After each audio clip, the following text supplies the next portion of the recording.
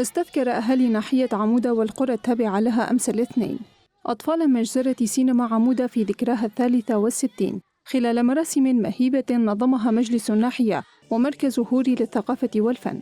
وحضر المراسم أهالي الناحية وممثلون عن الإدارة الذاتية والفعاليات المجتمعية والثقافية والسياسية في المنطقة. المتحدثة باسم إدارة مدارس ناحية عمودة هناء خالد استذكرت شهداء ناحية عمودة قائلة إن هذه المجزرة من إحدى سياسات الإنكار والصهر التي اتبعتها حكومة دمشق ضد الكرد. بداية نستذكر جميع الشهداء حريق سينما عمودة الذي راح ضحيتها أكثر من 280 طالبا من طلاب ناحية عمودة، كانت جيلا بأكمله. طبعا حريق سينما عمودة هي أحدى السياسات التي مارستها الحكومة السورية على الشعب الكردي، فمارست العديد من السياسات، منها سياسة الانصهار وسياسة الانحلال وسياسة الإنكار. أكثر جواب كان ردا لحريق سينما عمودة والأفعال التي كانت تقوم بها الحكومة السورية ضد الشعب الكردي هي كانت ثورة روجافاي كردستان.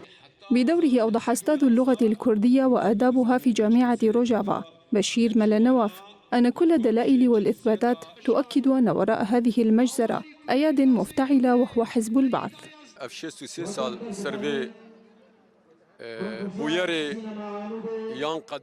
63 عاما تمر على مجزرة سينما عمودة.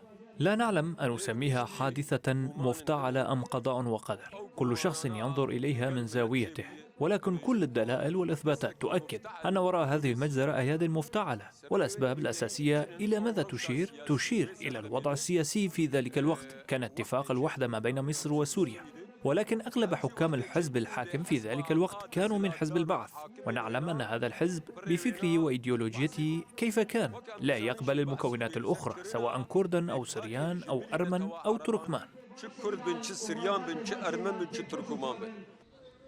وتخللت المراسم عدة كلمات، حيث ألقى عضو مجلس الناحية سليمان شيخي كلمة أشار فيها إلى المكانة الثقافية والاجتماعية التي لعبتها عمودة في تلك الفترة، لتنتهي المراسم بترديد الحضور: الشهداء أحياء لا يموتون.